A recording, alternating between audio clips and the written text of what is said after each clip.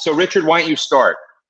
Great. Thank you so much, Steve. Thanks for hosting us. And I want to give a special shout out to the great docs and nurses and all of the organizers at the Yale New Haven Hospital and Yale Medical School. Lisa Latanza was just on a panel. You're going to be joined a little bit later by Abby Gluck, a wonderful professor at the Yale Law School, and the organizer, or one of the chief organizers, Kiki Kennedy at Yale. Thanks to the great folks, professionals at Yale, for helping to organize and put this great event together, and to two of my very, very favorite colleagues, Jeff Merkley and Jason Crow, who are real national leaders in this effort and many others involving healthcare and social justice. Let's begin sort of at the beginning. Joe Nocera in the panel that just finished said he smelled a column. I think what he should have smelled is a rat, because going directly to your question, what's happened here really is the federal government has completely abrogated its responsibility. And I'll be very blunt.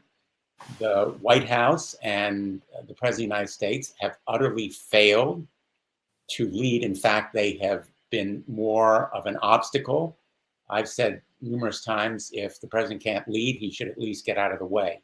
But what FEMA has done here is create a mess where the very short supply, and there is a shortage of supply, have been divided in the country and allocated in a way that's completely opaque, but certainly not going to the hotspots like Connecticut and the New York metropolitan area where it is needed most. And let me just cite one example of the lack of transparency. Some of you may have heard of Jared Kushner's pet project. It's called Project Airbridge, which involves bringing these supplies from other countries to the United States. Nobody knows how the contracts are done with the distributors and wholesalers like Cardinal and McKesson. Nobody knows how decisions are made about what pricing is. And so there have been reports of political favoritism, as well as cronyism and price gouging, seizures of shipments, literally. Seizures of shipments that should be going to the hotspots, but instead are diverted someplace else. So it is a national scandal in my view. And what we've tried to do is call on the president to use the Defense Production Act, and now in a separate piece of legislation, ask for an executive officer to be appointed so that there would be some strategy and rationality. These allocations are made. And really, at the root of the problem is the fact that so much of this supply is made abroad. 90% of all the PPE is made abroad, and we need to change that fundamental failure in production here in the United States. Let me thank you very much for that, Richard. And let me ask Senator Merkley and Jason to join us as well in this. And I guess the question is, with the Defense Production Act, something I had not realized in the failure to enact the DPA with some of these large firms, particularly publicly held firms, those that, for those whose stock is traded in the market, that some CEOs wanted that Defense Production Act. They wanted that guidance from the White House because it leaves them liable with shareholders and others if they don't have that direct direction of government. So I'd like to ask, Jeff Merkley and Jason Crow about your thoughts about activating the Defense Production Act, because a lot of the dialogue out there makes it look like the companies are the villains for not doing it, when they're saying, please give us the Defense Production Act. We need that to move. Jeff? Yeah, Steve, absolutely. Pleasure to join you all. And I see this from the perspective of a month ago when many of us as members of Congress were on the phone daily with the national stockpile trying to figure out how we got critical supplies delivered to our state. And there was no formula, no transparency. And we'd weigh in, and then there'd be a shipment, and then the shipment would be lost, and we'd be on the phone in the middle of the night trying to find out where the truck was. And you're like, what kind of an operation are we running here? This is not a U.S. first-tier competent organization. Meanwhile, we were hoping that in the time that the stockpile was running down, the executive branch would be doing everything in their power to gear up production, and they weren't.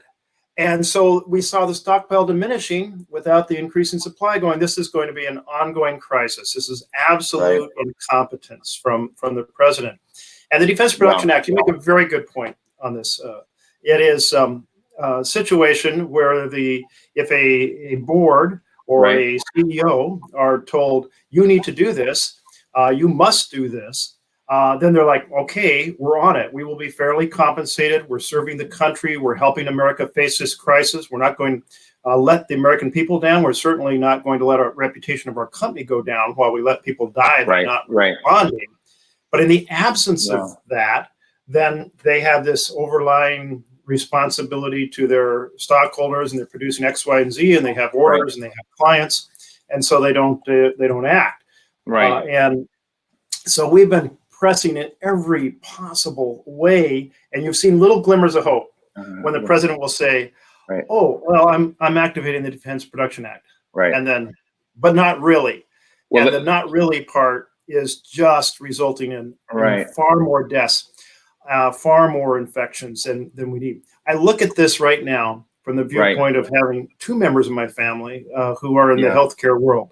My wife is a hospice nurse. She's working today, and their protocols were changing on a daily basis for weeks because they didn't have the masks were the most important piece. The gowns, but the masks were really the function. And so she's going to see a whole bunch of sick people in one day in their homes, people who are dying. And guess what? They have one mask, and you're going to use it on the first patient who's not coughing and thinking that the next patient might be, and you want to reduce the aerosol there, and you're worried about transmitting it from patient to patient or bringing it home to your family or to your friends in some other setting. My son, who is a medical scribe, was in with patients with no mask. So that's a whole another piece. And as we think about there are lots of stories, lots of stories like that.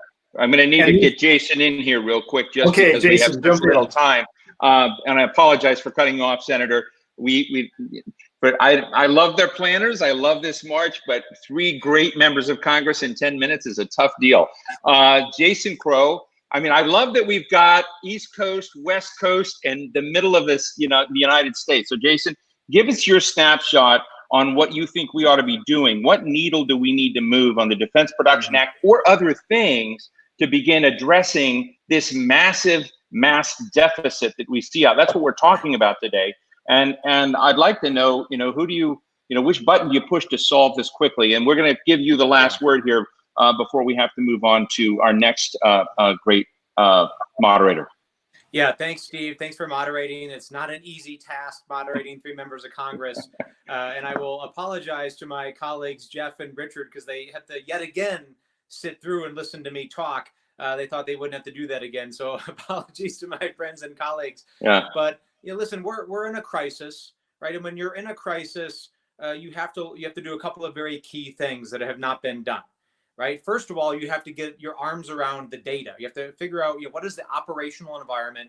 In my background in the military, that was intelligence gathering. You have to understand the environment that you're operating in and figure out what's going on. We don't have that, right? We don't have an assessment of where the need is, where the supplies are. Our supply chain is a mess. We have to do that. The second thing you need to have is a clear chain of command with a delegation of authority and accountability. We also don't have that. So I was proud to introduce in the House the companion bill to the bill that Senators Merkley and Blumenthal talked about earlier, which would solve a lot of these issues. That would appoint an executive officer in the Department of Defense, accountable to the Secretary of Defense, whose first job would be to conduct the assessment, figure out where the need is, then take control, figure out what needs to be ramped up within the industrial base, post a weekly assessment of that. So we have a real-time assessment of where the need is as it moves around, and start having the delegation of authority and the accountability that we so desperately need. So that's why Congress is stepping into this leadership void to address the issue.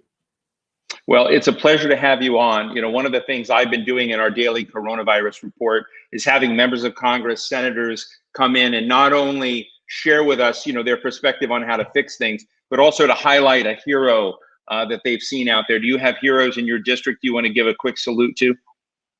Absolutely. The executive director of Tri-County Health Department, which covers my district, Dr. John Douglas, has been working day and night to get his arms around this issue. And Dr. Douglas actually came up with an idea for a bill that I introduced last week because he's having a hard time getting the staff that's necessary in his public health department to do the contact tracing, to do the health surveillance, to do the testing that's necessary, because young folks can't afford to go to work for the public health agency because of student debt.